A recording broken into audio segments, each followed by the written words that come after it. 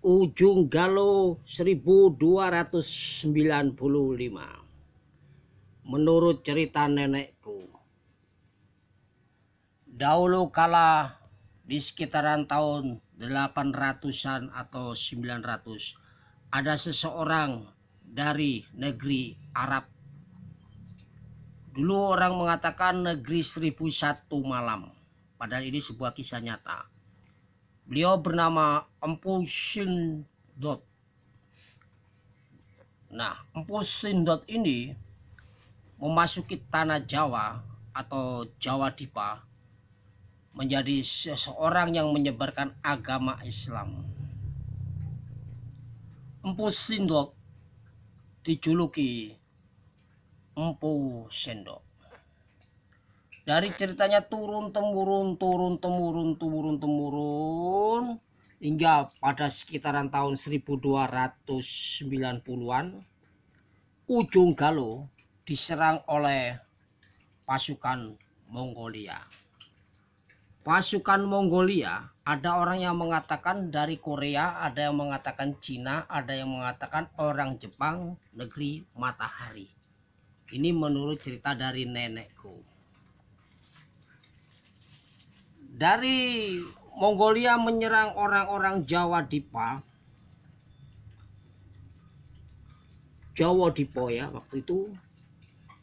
Tetapi orang-orang Mongolia kalah dengan orang-orang Jawa dan kembalilah mereka ke sana. Di antara salah satu cerita ada sebuah kisah asmara dari Joyo Paijo yang diangkat menjadi Perdana Menteri atau seorang prajurit dari Mongolia, dan kemudian membawa seorang wanita yaitu Putri Maiwang Kimchou dari Mongolia ke tanah Jawa, tepatnya di Ujung Galuh. Pada sekitaran tahun 1295 menikahlah Joyo Paijo dengan Maiwang Kimchou. Namun pernikahan mereka tidak berlangsung lama karena Joyo Paijo meninggal dunia karena sakit. Ada yang mengatakan sakit beneran, ada yang mengatakan sakitnya disantet pada waktu itu, kena tenun katanya.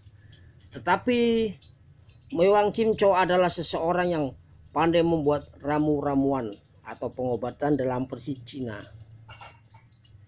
Maiwang Kimchou punya anak bernama Ki Anglam.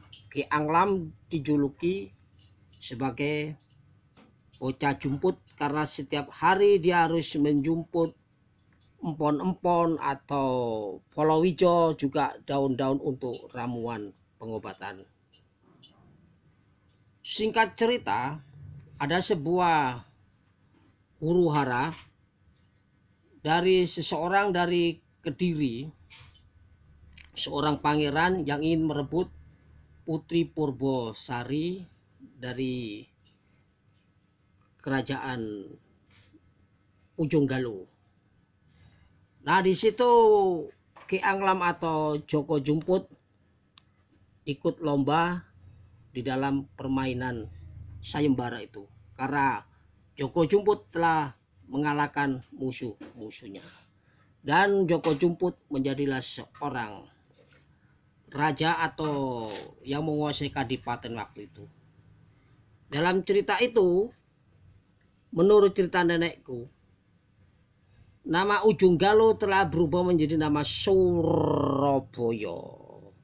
Nah, disitulah cerita tentang Ujung Galuh yang peristiwanya sekitar tahun 1295 mungkin sampai 1300 yang telah menjadi Surabaya. Demikian sedikit cerita dari Pangeran Joyodirono yang masih keturunan dari Maiwang Kimchou. Terima kasih.